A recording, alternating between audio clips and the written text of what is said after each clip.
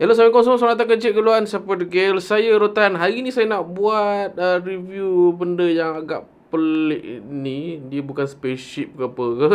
Okay, tapi it's kind of like a cool design. So, yang ini adalah Flydigi JOYONE mobile game controller. Okay, dia semudah macam ni je guys. Korang just ambil korang punya smartphone dan just tolak lebih kurang macam ni.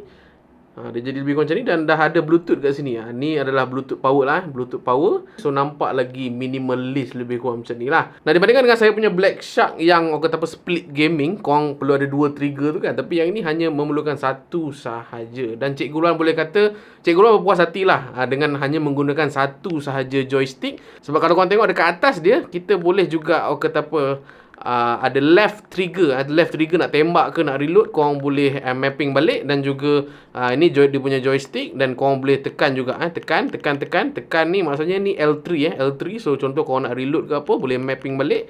So dia macam ultra compact yang mana satu kata apa joystick sudah mencukupi lah, tak perlu banyak-banyak. Okay, dan kalau korang tengok dalam ni, once kita masukkan kita punya smartphone, kan ada benda ni kan. So dia macam tertolak kan, lebih kurang macam ni. Dia tertolak lebih kurang macam ni. So nanti dia on.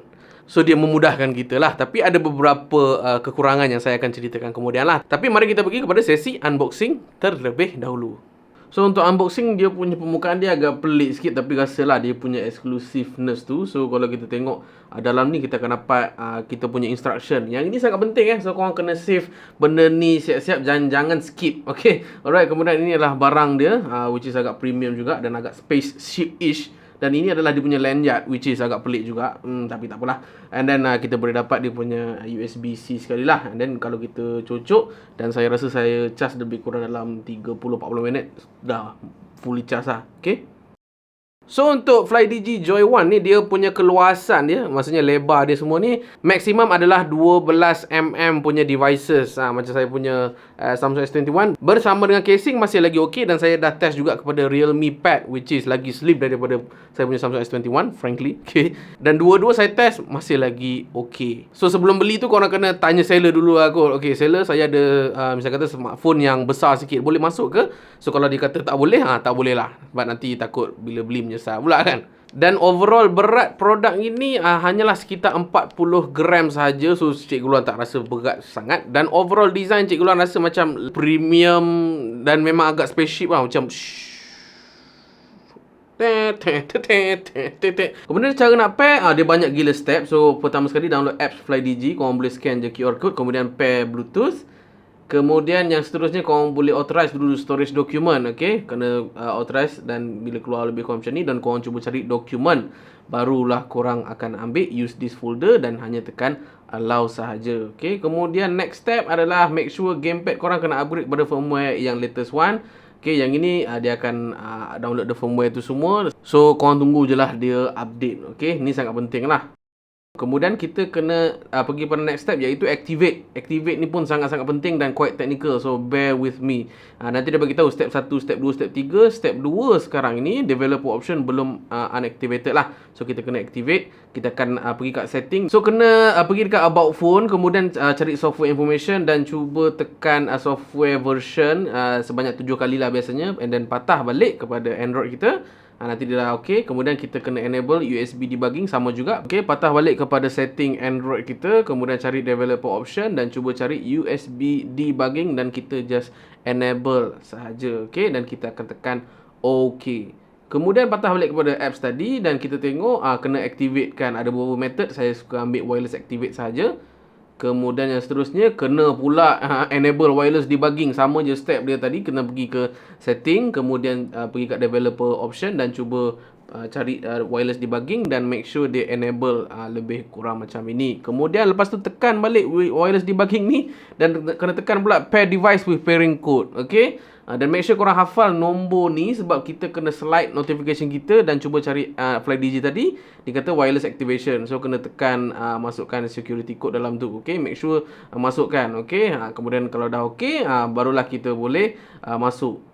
Belum lagi. Ada satu lagi sebenarnya. Aduh, banyak betul step nanti dia akan prompt for enable floating window. Yang itu pun korang kena enable. Pergi kepada setting saja. Kemudian cuba cari apps Flydigi dan kita kena activate. Kalau tak, memang tak keluar overlay kita. Okay. Kemudian kita boleh main game macam biasa. Kita kena buka game di dalam apps Flydigi ni. Okay. Kemudian bila masuk dalam game, kita akan tekan ikon ni. Kemudian kita akan tekan bahagian edit bahagian edit ni. Dan kita kena reposition balik laptop kita. Misal kata sekarang ni saya buat pada shooting kan, lebih kurang macam ni. Kemudian saya akan letak balik kita punya joystick punya ni, navigation, lebih kurang macam ni. Kemudian satu lagi saya akan letak juga satu lagi, which is L3, which is saya letakkan kepada reload. Okay. Kemudian kita akan tekan pangkah sahaja, and then kita make sure save lah dulu. Kalau tak, nanti dia tak save. Okay, kemudian kita boleh test lah sikit. Adakah dia detect ke tak? Kalau tak, nanti kita kena tekan balik ikon warna biru tadi dan set up balik. Okay. Dan so far, bila Cikgu Luan test untuk saya punya Samsung S21, so far so good. Saya rasa lagi selesa lah menggunakan joystick daripada saya tak gunakan langsung. Okay. Dan marilah kita test untuk main game di Samsung S21.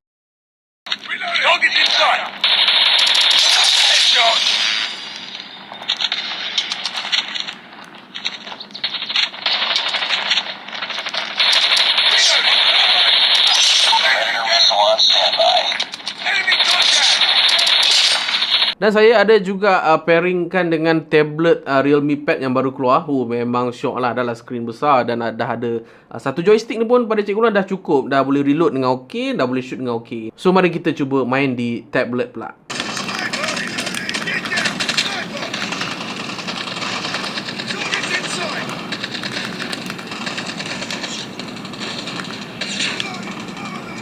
Saya cuba test main game Subway Surfer, which is tak support. Tapi game macam CODM dan juga PUBG memang supported on these devices. Dan overall clickiness dia pada Cikgu Luan memang terbaik lah. Flydigi memang cemerlang bahagian tu lah. Dia punya peripherals dia tu memang sedap lah. Bunyi kliki-kliki yang korang dengar. Kliki-kliki tu memang best lah. Nak dibandingkan dengan contohnya saya punya Black Shark yang split ni. Problem dengan split macam ni, dia bukan Bluetooth devices tau. So kalau kita klik tu, kadang-kadang dia macam auto burst. Walaupun kita tak nak pun auto burst dia. Sebab saya punya screen protector tu agak licin ke apa, menyebabkan dia terdetect permukaan yang tak sepatutnya lah kan. So kalau Flydigi ni tak payah, sebab dia detect mapping tu semua dalam Bluetooth. So memang tak ada apa-apa margin of error lah. Dan dia punya latency almost tak ada lah. Seolah-olah macam kita menggunakan wireless punya input lah, senang cakap. Cumanya apa yang saya kurang selesa in terms of, memanglah saya kata dimudahkan. Contoh saya masukkan lebih kurang macam ni. Tapi once bila kita nak keluarkan benda ni, dia macam tarik saya punya screen protector tau. So macam saya punya kamera depan ni dia dah macam ada sedikit gelembung. So macam saya kurang selesa sikit. So saya harapkan mungkin untuk next release untuk Joyone, mungkin ada version 2, version 3, mungkin boleh letak lah kot some quick release dekat sini ke. Sebab saya tak nak macam dia tertarik kita punya screen protector lah. So itu harapan saya lah untuk next model. Tapi so far so good lah. Bila ada devices yang memang ultra simple macam ni, nak simpan pun senang dan bateri dia pun agak tahan lama lah. Dan kalau saya charge pun dalam ambil masa dalam 30 minit, 40 minit dah settle lah kot. Dan kita boleh main macam biasa. Cumanya of course kritikan saya step untuk kita nak pair on the first time tu memang sangat-sangat leceh. Sampai ada 10-11 step. Cikgu Luan rasa macam nak salahkan pihak Flydigi pun tak boleh, sebab yang ini adalah orang kata prosedur Android tu sendiri. Maybe sebab Android ni dia takut kita ada buat some form of cheating punya mechanism ke. So menyebabkan kita terpaksa lah on kan debugging mode lah, activation macam-macam. Tapi lepas daripada korang dah pair tu semua, just plug and play je lah. Dan itulah kelebihan dia kan. So overall Cikgu Luan berpuas hatilah dengan Flydigi Joyone mobile game controller ni. Cumanya korang kena aware sebab bila saya tengok balik link Shopee yang mereka dah berikan kepada saya, kalau korang guna Android 10, korang kena ambil satu lagi package, which is tak silap saya dia kena activate gunakan USB something. Tapi kalau korang guna Android 11 and above, korang boleh activate macam yang saya dah ajarkan dalam video ni. So kalau macam korang nak beli Flydigi Joyone punya produk ni, saya akan letakkan link pembelian di dalam ruangan description saya. Okay, thank you Flydigi kerana send produk yang super awesome ini. Itu sajalah kot untuk video kali ni. Apa lagi juga saya tahu berkenaan dengan video editing, video shooting tu semua, korang boleh roger dalam ruangan komen di bawah supaya saya boleh buat video upon request you guys. Itu saja daripada saya. Saya Cikgu Ulwan. Sampai berjumpa. Saya Hutan.